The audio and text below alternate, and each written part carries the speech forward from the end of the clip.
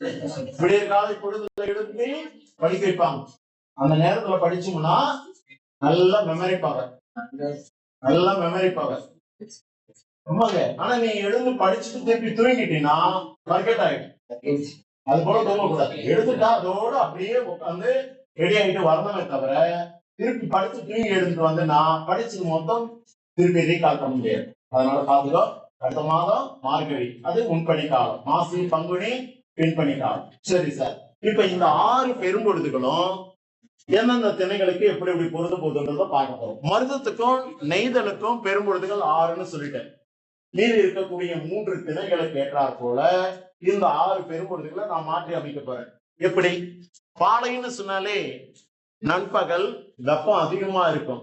அப்ப இதுல வெப்பம் மிகுந்த காலம் என்னென்ன இருக்கு? இளவேநீர் காலம், அப்புறம் முதுவேநீர் காலம், அப்புறம் 2 காலம் தான் அது போல இருக்கு இல்லையா? வெயில் சம்பந்தப்பட்டது. வேற என்ன சார் இந்த திணையில நிலத்துல இருக்கும் அப்படின்னா பின்பணி காலம் இருக்கு. என்ன காலம்? பின்பணி காலம். அப்ப இந்த 3ம் எந்த திணைக்குரியதுன்னா பாலை திணைக்குரியது. பாலை திணைக்குரிய பெரும்பொழுதுகள் என்னென்னு கேட்டால் இளவேநீர் காலம், முதுவேநீர் காலம், பின்பணி காலம். இப்ப 6ல 3 போயிடுச்சா? ரிமைனிங் என்ன இருக்கு? 3 இருக்கு. இந்த முல்லைன்னு இருக்கு பாருங்க. முல்லை பூவை ஞாபகத்துல வச்சுக்கோ. சிறுபொழுது என்ன சொன்னேன்? மாலைன்னு சொன்னேன். அப்ப முல்லைப்பூ மாலை நேரத்துல பூக்கும். கரெக்டா? முல்லைப்பூ மாலை நேரத்துல பூக்கும். பூக்குமா பூக்காதா? பூக்காதா? அம்மனி நீங்க தான் சொல்லணும்.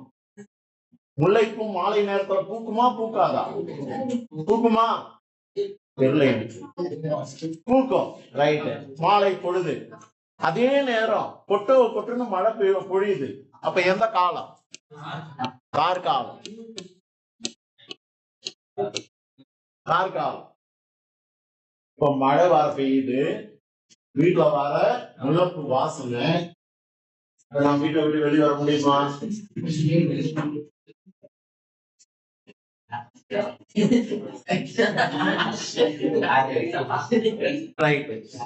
அடுத்தது குறிஞ்சி. இப்ப 4 முடிஞ்சு போச்சு. இன்னும் ஒரு 2 காலம் இருக்கு. என்னென்ன காலம்? குளிர்காலமும் முன்பனி காலமும். அது 2த்தையும் எதுக்கு பொருந்தக்கூடியது? குறிஞ்சி திணைக்குரியது. இன்னும் கூட இப்படி ஞாபகம் வச்சுக்கோ. குறிஞ்சிக்கு குளிர், கூக்கு அப்படி ஞாபகம் வச்சுக்கோ. குளிர்காலம், இன்னொன்று முன்பனி காலம். பாருங்க, குறிஞ்சின்னு சொன்னாலே குளிர்காலம், முன்பனி காலம். முல்லைன்னு சொன்னாலே காலம். மருதம்னு சொன்னா ஆறுமை. நெய்தல் சொன்னா ஆறுமை. பாலைன்னு சொன்னா இப்போ உங்களுக்கு நான் சிறு பொழுது பெரும்பொழுதுகள் எவ்வாறு இந்த திணைகளுக்கு பொருந்துன்றத பொருத்தி காமிச்சிட்டேன். இப்ப இது சம்பந்தமா பொருத்துக்களை கேட்டாலோ அல்லது இப்ப நான் அடுத்தடுத்து திணை துறை எல்லாம் வரும். அந்த பாட்டுல முல்லை திணையை சான்று தந்து விளக்குக, குறிஞ்சி திணையை சான்று தந்து விளக்குக அப்படின்னு வந்தா இதெல்லாம் எழுதுறதுக்கு உங்களுக்கு கை கொடுக்கும். புரிஞ்சுதா? ரைட். இப்போ இதுக்கு அடுத்தது சரி, நான் இதோட இதுக்கு நிறுத்திக்கிறேன். ஏன்னா எனக்கு தேவை இந்த விஷயம் நுழைவுன்ற செய்தியில கொஞ்சம் சொல்றதுக்காக இப்ப நான் நடத்திட்டேன். இப்ப நானே புக்குக்குள்ள போறேன்.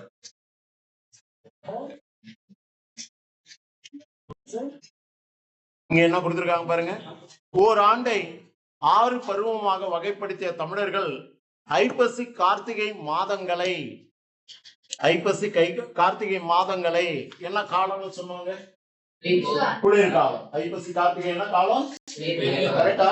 சிறுபொழுதுகள்ல பெரும்பொழுதுகள்ல வந்துதா வரலையா? புரிஞ்சிருக்கா? ரைட். அந்த கூதிர் பருவம் தான் குளிர் பருவமா சொல்லக்கூடியது. அந்த பருவ மாற்றங்களால் உயிரினங்களினுடைய இயல்பு வாழ்க்கை மாற்றம் பெறுகிறது இல்லையா? இயல்பான நிலையிலிருந்து மாற்றம் பெறுகிறது. முல்லை நில மக்கள் மற்றும் பறவைகள், விலங்குகள் வாழ்வில் மழையும் குளிரும் ஏற்படுத்தும் மாற்றத்தை சங்க இலக்கியம் பதிவு செய்துள்ளது. இப்படி குளிரும் மழையும் சேர்ந்து மக்களுடைய வாழ்க்கையிலையும் விலங்குகள் பறவைகளுடைய வாழ்க்கையிலையும் என்னென்ன மாற்றங்களை செய்திருக்கிறது என்பதுதான் இந்த பாடல் விளக்கக்கூடியது. அது என்ன பாடல் என்றதை இப்ப பாட்டுக்குள்ள போக போறோம். பாடல்ல கவனிக்க போறோம். மொத்தம் எத்தனை அடி இருக்கு பாருங்க. பாடல் வரி எத்தனை அடி கொடுத்திருக்காங்க பாருங்க. 12 அடி இருக்கா, 13 அடி இருக்கா?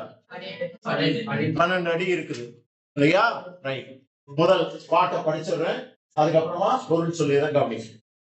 வையகம் பணிப்ப வளநேர்வு வலை பொய்யா வாழும் புதுப்பெயல் பொழிந்தன ஆட்களின் முனைய கொடுங்கோல் கோவல ஏருடை இளநிறை வேறு குளம் பரப்பி புலம்பெயர் புலம்போடு கலங்கி கோடல் நீடுதல் கண்ணி நீர் அலை அளாவ மெய்கொள் பெருமணி நலிய பலருடன் கைகொள் கொள்ளியர் கவுள் உடையும் நடுங்க. இதுக்கு அடுத்து வரக்கூடியது மனனம். மாமேயல் மரப்ப மந்தி கூற பறவை படிவன வீழ கறவை கன்றுபோல் ஒழிய கடிய வீசி குன்று குளிர் பண்ண கூதிர் பானார். குன்று குளிர் பண்ண கூதிர் பானார். குளிர்ப்பு அண்ண. அப்ப அண்ணன்றது உருபா. என்ன உருவு? ஓம உருவு. அப்ப இந்த பாட்டுல ஓம உருவு வெளிப்பட்டு வந்திருக்கு. எனவே இந்த பாடல் உவமை அணிக்கு ஒரு சான்றா எடுத்துக்கலாம். சரியா? ரைட். இந்த கூதிர் பானான்னு சொல்லும் போது கூதிர் என்பது எதை உணர்த்தக்கூடியது? குளிர் பருவத்தை உணர்த்தக்கூடியது. அத்தகைய பருவத்துல இந்த நிகழ்வு நடக்குதாம். என்னென்ன நிகழ்வு? மாமேயல் மரப்ப மந்தி கூற பறவை படிவன வீழ கறவை கன்றுகோள் ஒழிய கடிய வீசி குன்று குளிர் பண்ண கூதிர் பானால் அப்படின்னு இந்த பாட்டுல மனனமா கொடுத்திருக்காங்க. இப்ப பாட்டினுடைய பொருளுக்கு போகலாம்.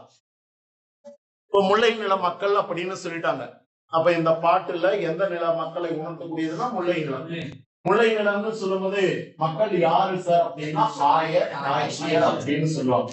ஆணையர்களை ஜெயிக்கிறதுனால அவங்கள ஆயர் ஆட்சியர் அப்படின்னு சொல்லக்கூடிய மக்கள். அவங்களுடைய தொழிலே அதான், ஏறு தழுவுதல், நிறை நீத்தல். இப்ப நம்ம கூட்டமே எடுத்துக்கலாமே. அவங்கெல்லாம் யாரு? முல்லை நில மக்கள். காலையில எழுந்த உடனே என்ன பண்ணுவோம்? ஆட்டையும் மாட்டையும் ஓட்டிக்கிட்டு எங்க போவோம்? எங்க அதுங்களுக்கு இறை கிடைக்கிறதோ அந்த பகுதியில மேய விட்டுட்டு நம்ம உட்கார்ந்துட்டு விளையாடுவோம். அப்படி விளையாடக்கூடிய இந்த ஆய மக்கள் இல்லையா, இப்ப திடீர்னு என்ன பண்ணுது? அளவுக்கு அதிகமா மழை பொழியுது. மழை பொழியினுடைய தன்மை நீரோட்டம் எப்படி போகும்? மேல இருந்து கீழ் நோக்கி வருமா அல்லது கீழே இருந்து மேல் நோக்கி போகுமா? தண்ணி மழை தண்ணி கீழே விழுந்திருக்க ஐயா தரையில உருண்டோடக்கூடிய விதம் கீழே இருந்து மேல் நோக்கி வருமா இல்ல மேல இருந்து கீழ் நோக்கி போகும்? மேல இருந்து கீழ் நோக்கி தான் போகும். அப்ப எங்க பள்ளமா இருக்கோ அந்த பள்ளமான இடத்துலதான் மழை நீர் தேங்கி இருக்கும். இன்னும் சொல்ல போனா எங்க நீர்நிலைகள் அதிகமா இருக்கோ அங்கதான் மாட்டுக்கு தேவையான புல் பூண்டு செடிகள்லாம் முளைச்சிருக்கும்.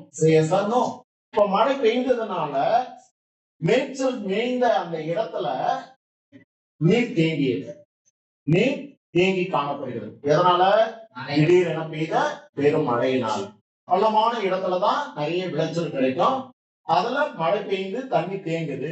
இப்ப ஆண் இறைகளால மேய முடியுமா? அதுக்கு வாயில மசியும், அது தண்ணி தேங்குது. மேய முடியுமா? முடியாது. அதனால என்ன பண்ணாங்க? ஆயர்கள் என்று சொல்லக்கூடிய கோவலர்கள் கோலை கையில ஏந்தி ஆணையர்களை மேய்த்ததுனால அவங்களுக்கு கோவலர்னு பேரு. வளைந்த கோலை கையில வைத்துக் கொண்டிருப்பார்கள். நீங்கதான் ஆடு மாடுன்னா நான் கையில கோல் வச்சுட்டு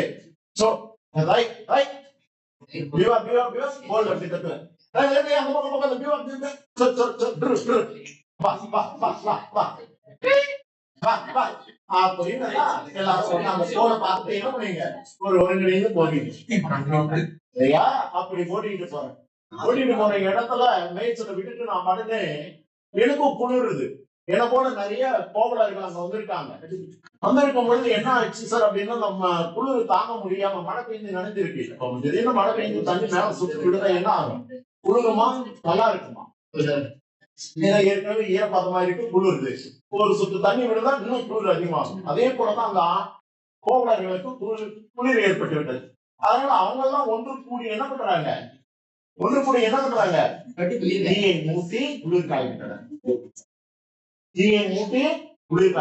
எப்படி போகி பண்டிகைக்கு பழைய போட்டு எல்லாம் கொடுத்துட்டு தீ காய்ப்போம் இல்லையா? அகலாந்து அழுகாந்து தீ காய்வார் கொள்கை இகழ்ந்து சேர்ந்து விடுவார் அப்படின்னு ஒரு திருக்குறள் இருக்கு. ரொம்ப தீ இருக்கிற இடத்துல ரொம்ப கிட்ட போயிட்டு ரொம்ப தொலைவில போனாலும் தீ உனக்கு குளிர போக்காது. அதனால இருக்க வேண்டிய இடத்துல இருந்து குளிர் காயும். அது போலதான் அந்த படத்துல கொடுத்துருக்காங்க பாருங்க, தீயை நோக்கி ஆயர்கள் என்று சொல்லக்கூடிய கோவலர்கள் குளிர் காய்கின்றன. இருக்கா பக்கத்துல படத்துல? ரைட். சரி சார், இப்ப இந்த ஆண்டைகள்லாம் என்ன பண்ணுச்சு சார் ஆடு மாடலாம் அப்படின்னு பார்த்தா மேய்ச்சலுக்கு அந்த இடம் குளிர்ச்சி வரல இல்லையா? ஏன்னா பள்ளமான இடத்துல என்ன ஆயிடுச்சு, தண்ணி தேங்கி இருக்கு. என்ன பண்றாங்க, வேறு நிலத்திற்கு புலம்பெயர்ந்து செல்கின்றன. வேறு இடத்திற்கு புலம்பெயர்ந்து செல்கின்றன. எங்க? மேடான இடத்திற்கு கொண்டு செல்கின்றன. ஏன்னா அங்கதான் அதுக்கு தேவையான மேய்ச்சலுக்கு உண்டான இடம். இங்க தண்ணி தேங்கி இருக்கு, அதனால மேய முடியாது. மேடான இடத்துக்கு கொண்டு செல்கின்றன. அப்படி கொண்டு செல்லுகின்ற அந்த ஆண்டைகளால இவங்களுடைய மனம் வாடுகிறது. வாடுவதற்கு காரணம் என்ன? பழகிய இடத்தை விட்டு புதிய ஒரு இடத்துக்கு போகிறதுனால மனசுல ஒரு வருத்தம். உங்களுக்கு கூட அந்த கிளாஸ் ரூம் நல்லா பழக்கப்பட்டு போச்சு. திடீர்னு இந்த கிளாஸ் ரூம் வந்து பிறகு நிறைய பேர் கேச்சு, என்ன இது கம்ஃபர்டபுளாவே இல்ல, இருட்டா இருக்கு பாரு, ஃப்ரீயா இருக்க முடியல, பேக்காடா இருக்கு பாருங்க, எவ்வளவு கவலை.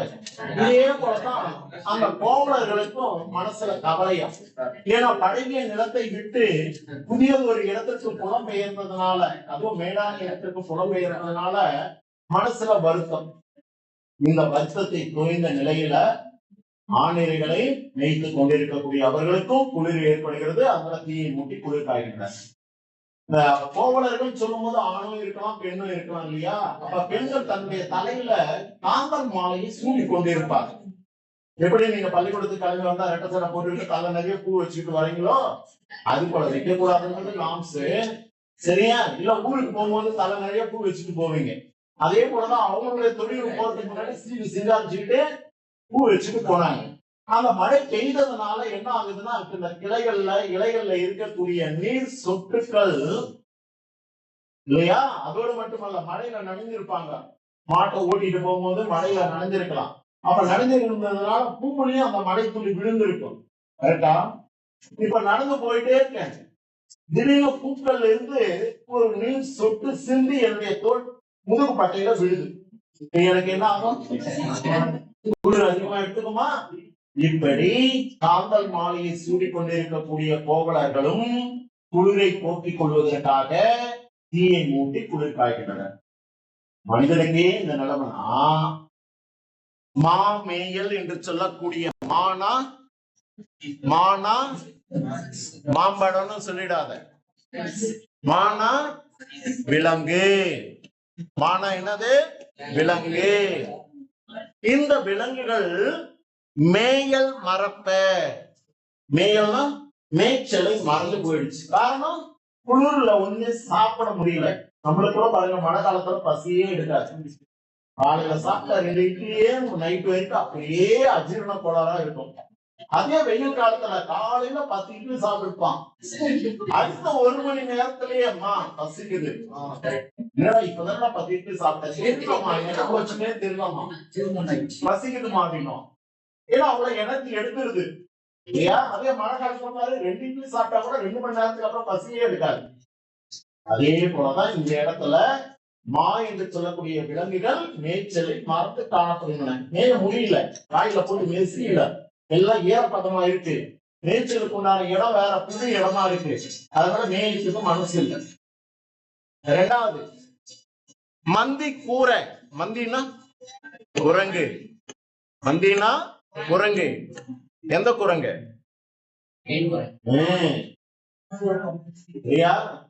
கடுவன்னா ஆண் குரங்கு, மந்தினா பெண் குரங்கு. இந்த குரங்கு கூரை அப்படின்னா என்ன? குளிராலும் நடுங்குகிறதா. இது குரங்குகள் குளிரால் நடுங்குகின்றன. பாருங்க, மழை காலத்துல குரங்குகள் மழையில நினைச்சுட்டு அங்க உடம்ப உதிரிட்டு இருக்கும். அது போல நிலைமை.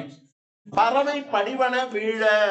பறவைகள் மரக்கிளையில இருந்து பறவைகள் என்ன பண்ணுது? மழை நீர்ல நனைஞ்சிட்டு பறக்க முடியல, குளிர்ல நடுங்கி கீழே விழுகின்றன. தொப்பு தொப்புன்னு கீழே விழுதான்.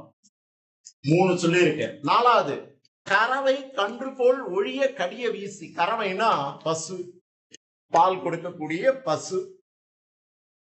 அந்த பசு அப்படின்னா பால் தரக்கூடிய பசுன்னு அர்த்தம்.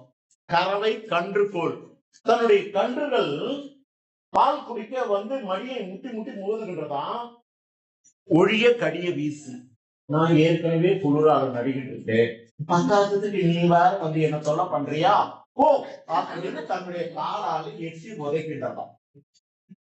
இதற்கெல்லாம் காரணம் அந்த அளவுக்கு மழையே மழையே குளிரும்படியாக இருந்ததாம் அந்த காலம் என்று சொல்லக்கூடிய வாழைக்காலம், குளிர்காலம்.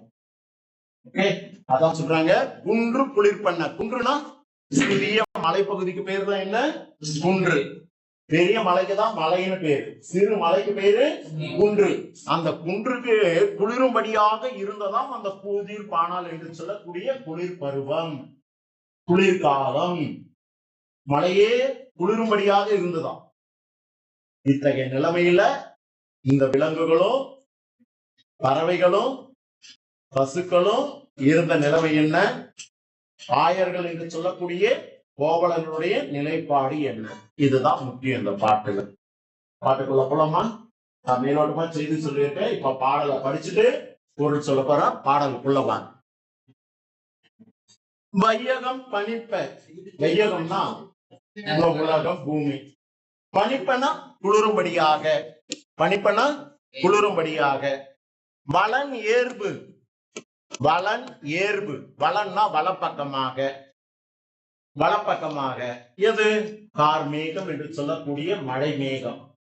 வலப்பக்கமாக வலை, வலை அப்படின்னா வளைத்து கொண்டு. அப்படின்னா என்ன? இப்ப நம்ம தான் இங்க இருக்கிறது முல்லை நிலம். நம்ம இருக்கிற இடம் முல்லை நிலம். நம்மளாம் யாரு? கோவலர்கள். எதை தொழிலா செஞ்சுட்டு இருக்கோம்? ஆணையரை மீத்தல், ஏறு தங்குதல். ரைட். இப்ப என்ன ஆகுது? கருமேகம் சூழ்ந்து வலப்பக்கமாக சூழ்ந்து கொண்டு காணப்படுகிறது, வலப்பக்கமாக சூழ்ந்து கொண்டு காணப்படுகிறது மழை மேகம் உருவாகுவதற்காக. அப்ப வையகம் பனிப்ப, இந்த பூமி குளிரும்படியாக அல்லது இந்த உலகம் குளிரும்படியாக வளன் என்று சொல்லக்கூடிய வலப்பக்கமாக கார்மேகம் வளைந்து காணப்படுகிறது. அப்படின்னா சூழ்ந்து காணப்படுகிறது. ரைட். ஒரு பொருள் சொல்லியிருக்கேன்.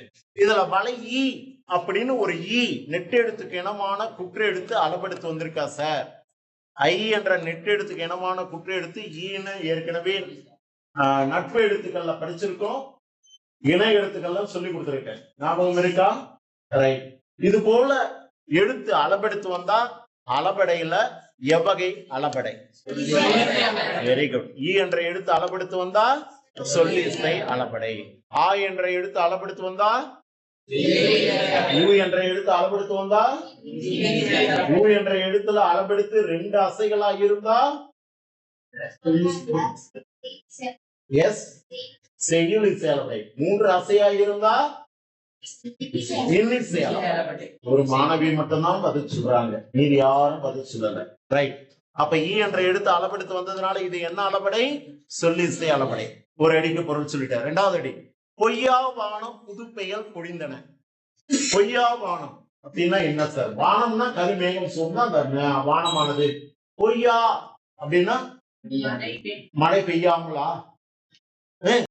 பொய்யாது இருந்த, மழை பொழியாமல் இருந்த அந்த மேகமானது, வானமானது அன்றைய தினம் புது பெயல் பொழிந்தன, புது மழை பொழிந்தன. மழை வருதுன்னு தெரிஞ்சு நம்ம ஆணையர்களை ஓட்டிட்டு போக மாட்டோம். கரெக்டா? மழை பெய்யுது, ஓட்டிட்டு போக வேணாம், உள்ளவே இருக்கட்டும், தொழுவத்திலே இருக்கட்டும் அப்படின்னு சொல்லி மாட்டு தொழுவத்திலேயே மாட்டை கட்டி போட்டு வச்சிருக்கோம். கரெக்டா? இப்ப மழை பெய்யல, அதனால தைரியமா நம்ம மேய்ச்சலுக்கு கொண்டு போனோம். பொய்யாத வானம், பெய்யாத இருந்த அந்த வானம் திடீரென என்ன வந்துச்சு? இன்னைக்கு புது மழை பெய்தன, புது மழை பெய்தன. புது பெயல் அப்படின்னா புது மழையை பொழிந்தன. அப்ப புது பெயல் என்ற சொல்லுக்கு இலக்கண குறிப்பு என்ன சார்?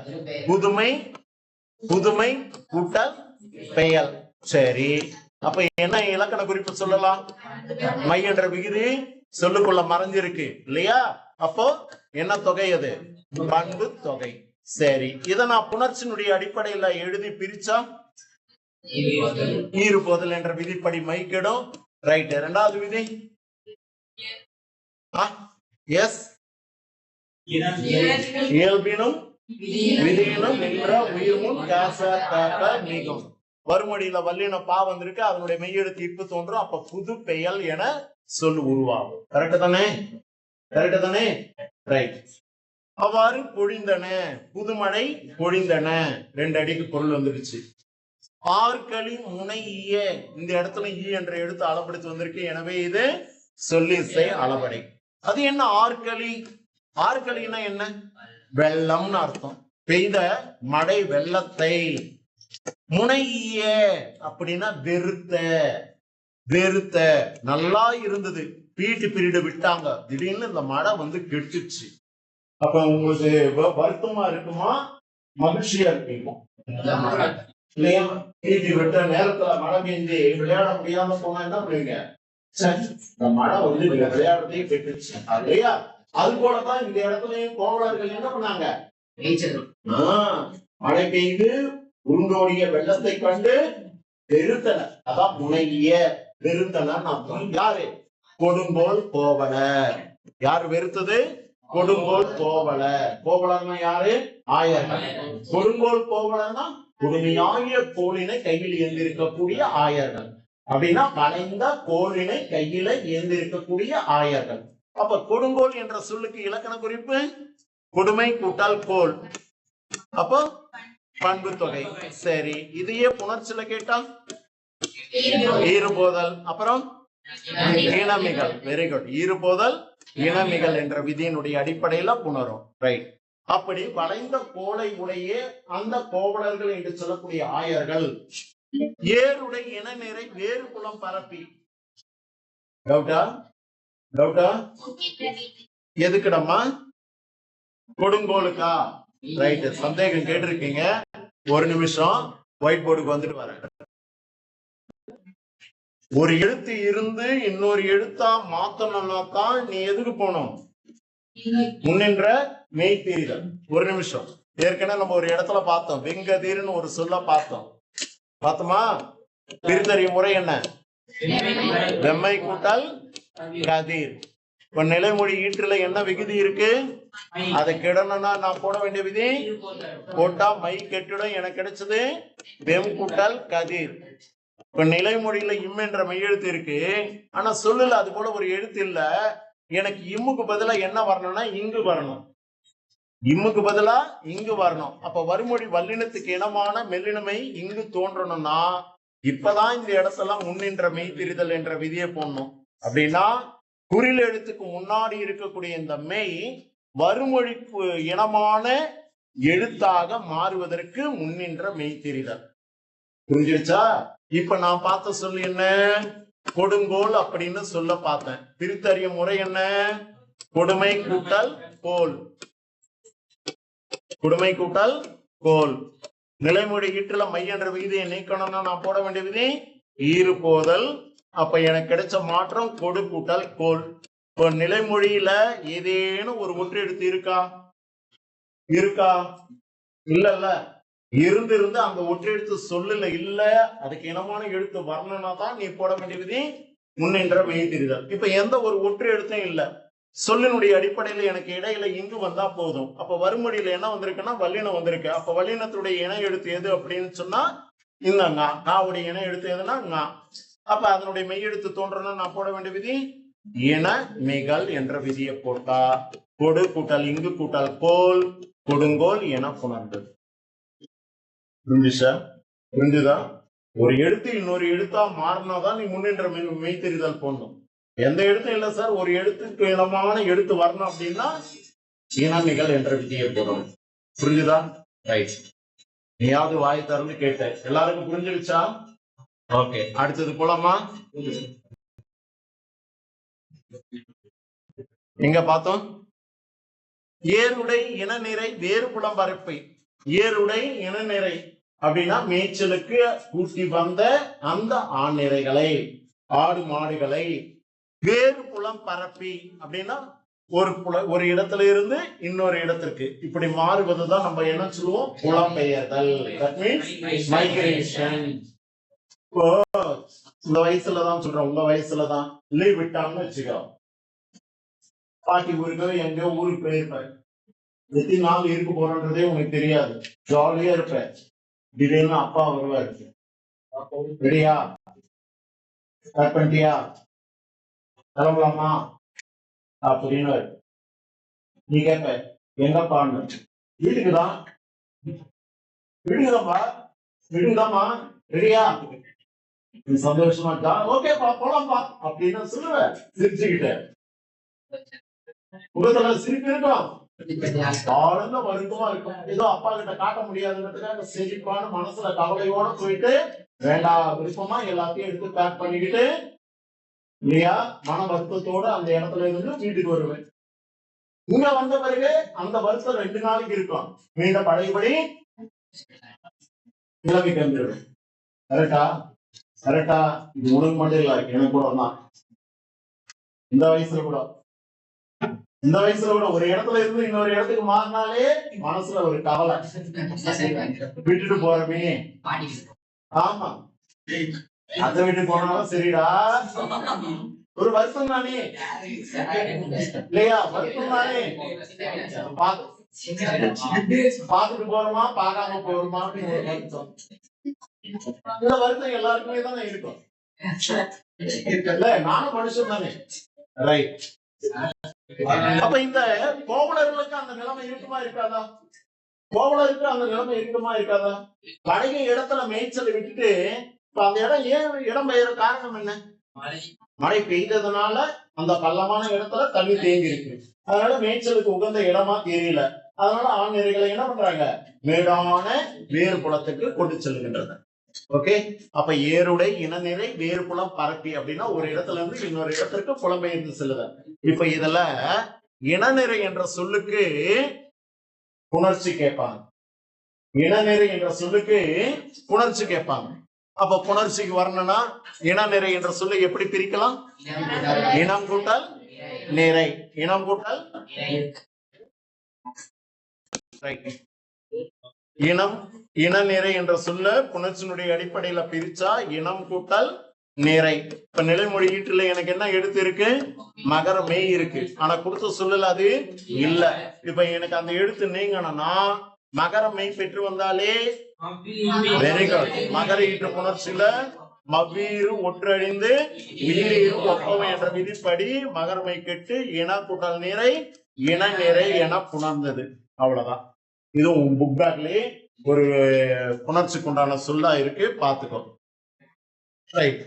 இப்படி தாம் ஓட்டி வந்த ஆண்நிறைகளை வேறு நிலத்திற்கு கொண்டு சென்று புலம்பெயர் புலம்போடு கலங்கி கோடல். இதனால ஒரு இடத்துல இருந்து இன்னொரு இடத்திற்கு கொண்டு சென்றத காரணத்தினால வருத்தம் தோய்ந்தனர்.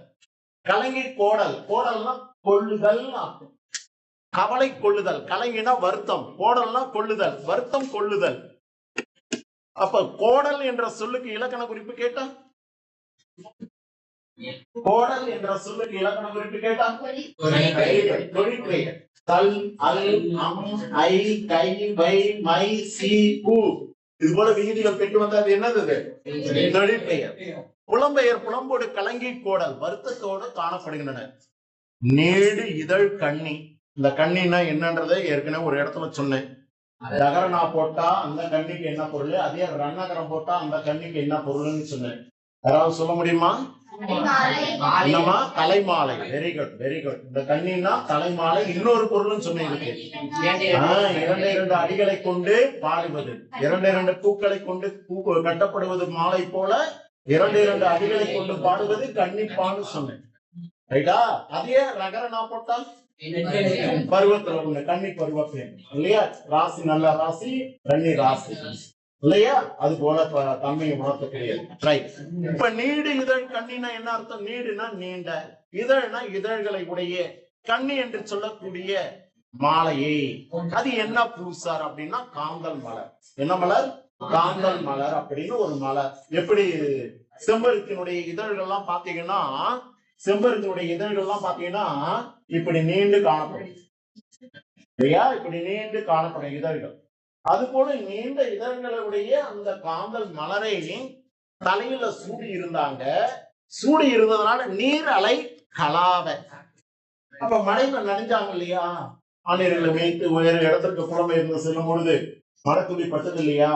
அப்போ கொஞ்ச நேரம் கழிச்சு அந்த பூக்கள்ல இருக்கக்கூடிய நீர் துளிகள் அவருடைய முதுகுல பட்டு மேலும் குளிரை உண்டாக்கியது, மேலும் குளிரை உண்டாக்கியது.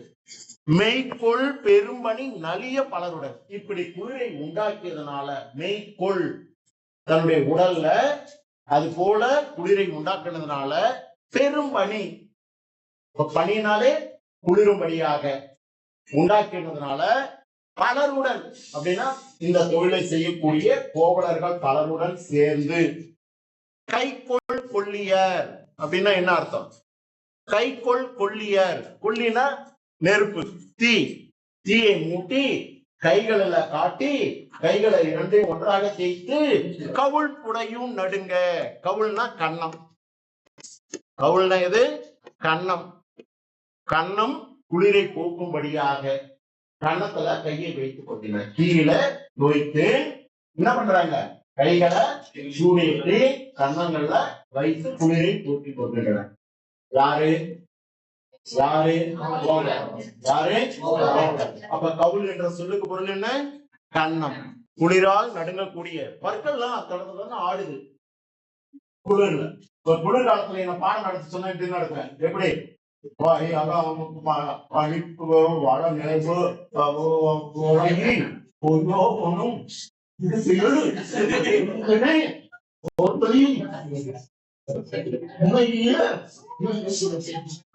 இல்லையா? அப்ப பற்கள் நடுக்குமா? ஜொரம் அடிக்கும் போது குளிர் வரும் பாருங்க. என்னமா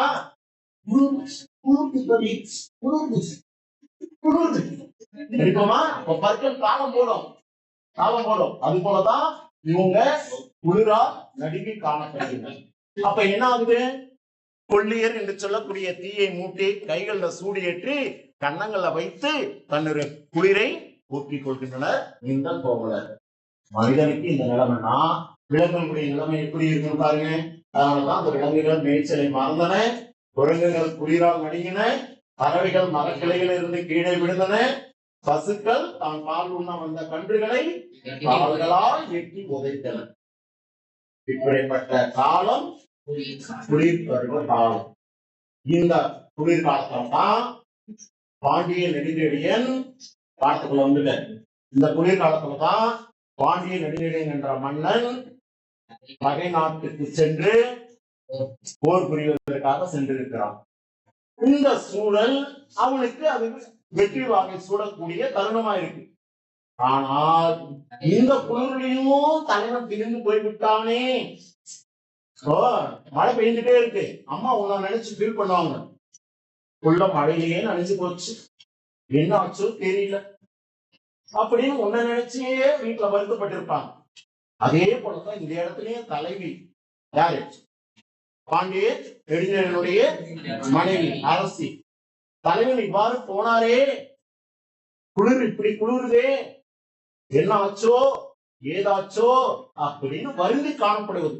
அதனால அவளுக்கு நீண்ட துன்பம் தரும் வாடையாக அமைந்தது. யாருக்கு? தலைவிக்கு. ஆனால் அரசனுக்கோ போரில் வெற்றி பெறுவதற்கு ஏதுவான சூழலாக அமைந்தது. எனவே இது வாகை திணைக்குரிய பாடல். எந்த திணைக்குரிய பாடல்? வாகை திணைக்குரிய பாடல். வாகைனா வெற்றி, வாகைனா வெற்றி.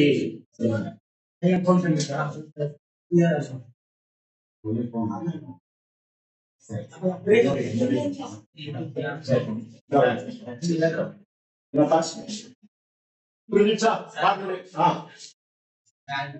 நிறுத்துங்கம்மா, வேண்டாமா? புரியுதா?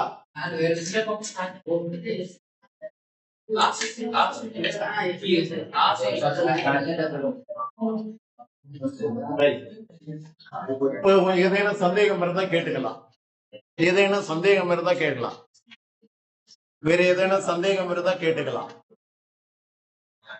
சரி சார், இந்த இடத்துல கலங்கு என்ற சொல்லுக்கு பகுவத உறுப்பிலக்கணம் கேட்டா?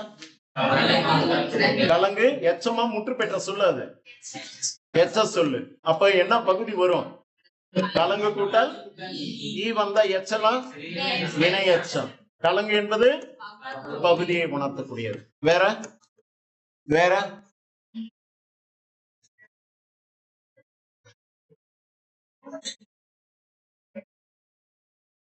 வேற ஏதாவது? இந்த பானாளுக்கு என்ன புணர்ச்சி நான் அப்புறமா சொல்றேன். பால் கூட்டால் நாலுன்னு வரும். வல்லினம் வர கனவும் ஆகும் தனக்கல் அப்படின்னு ஒரு விதி வரணும், பிறகு நடத்துறேன். வேற ஏதாவது? திணை என்னன்னு சொல்லிட்டேன், துறை என்னன்னு சொல்லிட்டேன். என்ன சார் எல்லாம் புரிஞ்சுச்சா? அத்துப்படியா? அத்துப்படியா? உன்னுடைய புக் பேக்ல ஒரு கொஸ்டின் கொடுத்துருப்பாங்க பாருங்க. பேஜ் நம்பர் பேஜ் நம்பர்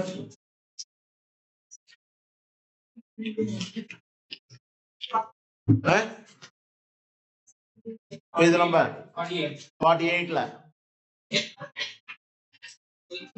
போயிடுச்சா? திருக்குறளுக்கு முன்னாடி வரணுமே.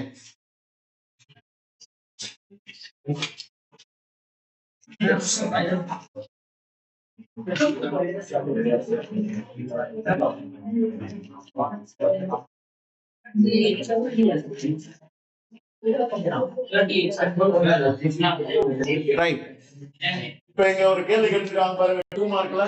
இனநிறை பிரித்து புணர்ச்சி விதி தருக. சொல்லுங்க பார்க்கலாம். இனம் கூட்டல் ரைட். என்ன விதி போடணும்னு சொல்லி இருக்க? மவீர் ஒற்றறிந்து உயிரீர் ஒப்பம் என்ற விதிப்படி இனநிறையில் வந்தது. ரைட். அடுத்தது பாத்தீங்கன்னா ஒரு 4 மார்க் கொஸ்டின்ல இருக்கு பாரு. 4 மார்க்ஸா டீடைல்ல கேட்டானா? 4 மார்க்ஸ்ல வாடை காலத்தில் கோவலர்கள் எவ்வாறு பாதுகாப்பை தேடினர்? எவ்வாறு பாதுகாப்பை தேடினர்? படகை நிலத்தை விட்டு மேடான இடத்தை தேடி புலம்பெயர் புலம்பினதுனால கவலையை கொண்டு காணப்பட்ட அந்த நிகழ்வு. நெடுவினாவுல நெடுநல் வாடையில் நக்கீரர் காட்டும் மழைக்கால வர்ணனையை தொகுத்து எழுதுக. நெடுநல் வாடையில் நக்கீரர் காட்டும் மழைக்கால வர்ணனை பாடலுடைய முன்முருள் முன்னுரை முடிவுரையோட. இப்ப இந்த மனப்பாட பாட்டு கொஞ்சம் வாய் விட்டு படிக்கிறீங்க. அடுத்த வகுப்புல பாட்டையும் திணை துறையும் எழுதுறீங்க. இதுதான் உங்களுக்கு ஹோம்வொர்க். காலையில ஏதாவது ஹோம்வொர்க் கொடுத்தனா? இல்ல. ரைட். அப்ப நோட் பண்ணி வச்சுக்கோ. திணையும் துறையும் மனனமும் படிங்க வாய் விட்டு. மாமியல் மரப மந்தி கூற பறவை வடிவன வீழ பறவை கண்டு போல்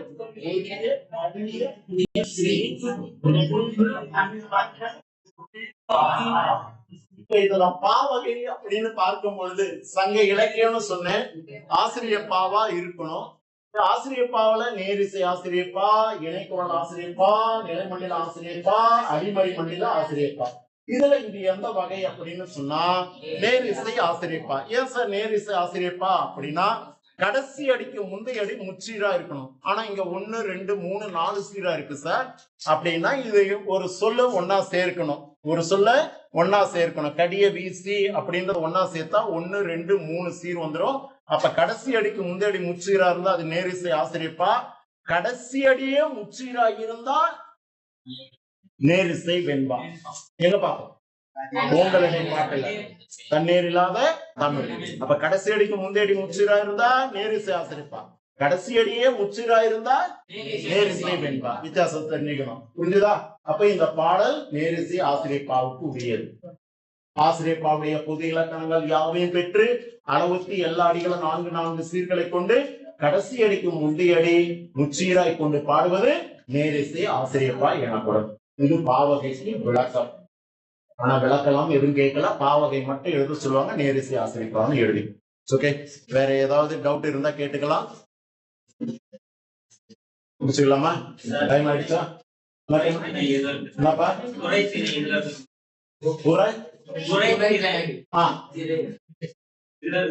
ஆமாங்க. பாகை திணை விளக்கம் தருக. கூதிர் பாசறை துறை விளக்கம் தருக. 2 மார்க்ஸ். அதே சான்றுடன் விளக்கங்கள் கேட்டா 4 மார்க்ஸ்ல.